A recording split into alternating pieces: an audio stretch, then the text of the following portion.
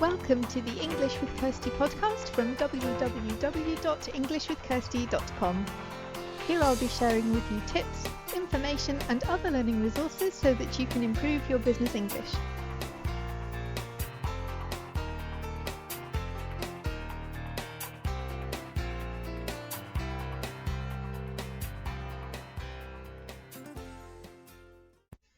Hello everyone and welcome to this week's episode of English with Kirsty, and I hope everyone's having a good week so far.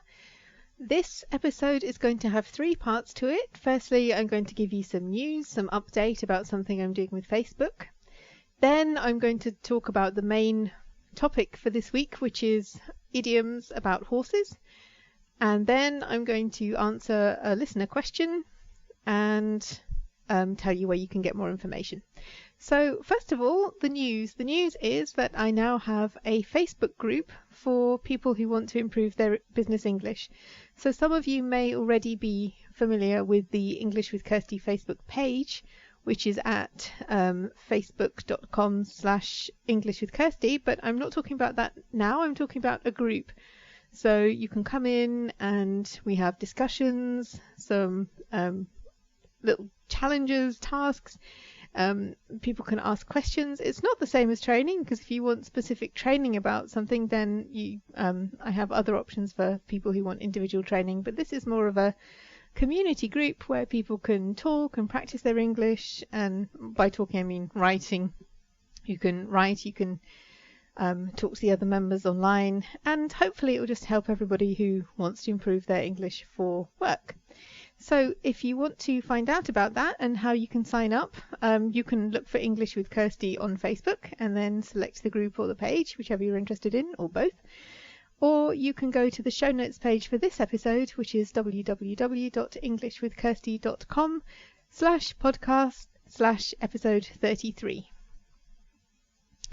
Okay, so now I'm going to talk about the horses. I loved horses, and especially as a child, I often went riding. And in fact, as a young teenager, I used to go every week and learnt to jump and did dressage, and I really enjoyed being with horses. And so when I was talking to some students about idioms, we got onto the topic of horses and one of these idioms, and I thought, actually, there are quite a few that talk about horses. So I've chosen 6 of them, and I'm going to explain what they mean. So the first expression is, you can lead a horse to water, but you can't make him drink, or can't make it drink.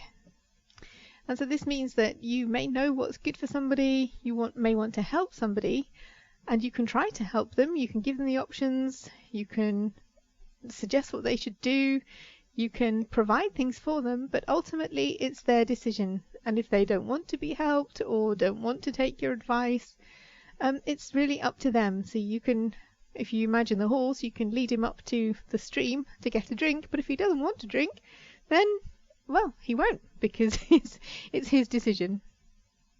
So you might have an idea about what would be good for somebody, but if they don't want to do it, then they won't do it. It doesn't matter how much you try to help or whatever you try to do. Okay, number 2 is, I heard it from the horse's mouth. And one of my learners thought this was a really mean expression, because essentially you're calling somebody, or saying somebody the horse, but it's not like that. It isn't meant like that.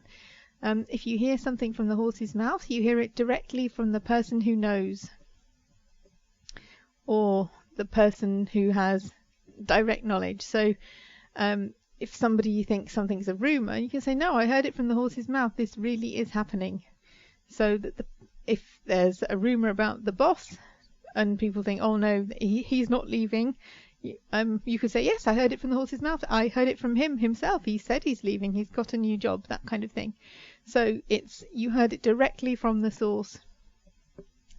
And I don't know where this expression comes from, because horses can't talk, but it's just an expression. So number 3, like shutting the stable door after the horse has bolted. So the stable is the indoor place where the horse lives, and to bolt means to run away, often in fear, when a horse just dashes away because it's been spooked by something. So the door should have been shut anyway, so the horse couldn't run away. That's the point. This stable door should have been shut, and it wasn't shut, and the horse ran away. And so you can shut the door now, but that doesn't help because the horse isn't inside. He's off across the field somewhere. So it's taking a precaution or taking an action to try and prevent something when the thing that you want to prevent has already happened. So it's too late. You're not going to help because the thing that you're doing now, you should have done that before, and then this disaster wouldn't have happened. So it's really taking preventative action when it's too late. Okay, the next one, get off your high horse. So this means that somebody should stop talking as if they were better or knew more than other people. They're just the same as everybody else. And the next one is quite common, hold your horses. It basically just means wait. If you say this, it means that the other person shouldn't rush into something. Hold your horses. Just think about things. Don't make an irrational decision based on emotion. Just wait and see whether that really is the right thing for you to do.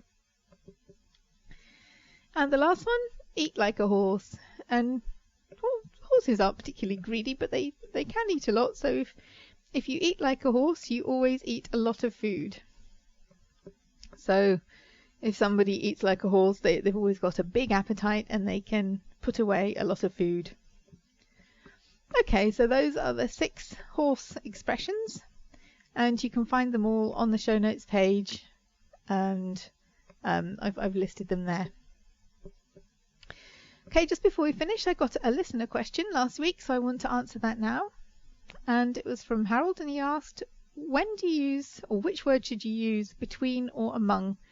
So if you're talking about switching from one account to the other, is it toggle between the accounts or among the accounts? And I would say here between, because you're moving from one to another, back again, but you're moving from one account to the other account.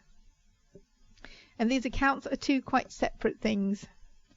You may have a business one and a private one, or 2 private ones, but they are distinctly separate things, the accounts. Among is used more when you have a group or crowd of things. So weeds are growing among the flowers. You have a group of flowers and the weeds are growing among them. Or waiters walked among the wedding guests to offer them food or drink. Although they are moving from one person to the next, they're going around in a crowd of people and offering the drinks there. So they're moving around among the people and the weeds are among the flowers. Whereas the first example we had was moving from one to another, distinctly separate and different things. So I hope that helped.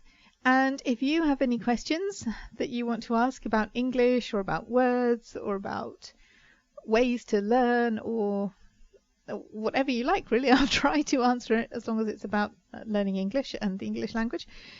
So if you have a question, you can put that on the question form, which is on episode 33, which is this episode. So www.englishwithkirsty.com/podcast/episode 33. And then you'll also be able to find the link to the Facebook group if you're interested in that as well. And finally, I've had some sales for the book. So if anyone here bought the book, then I hope you're enjoying it. I hope it's helping you.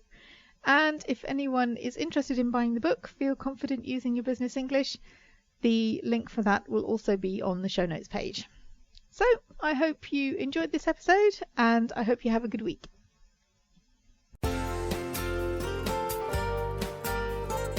I hope you enjoyed this episode of the English with Kirsty podcast.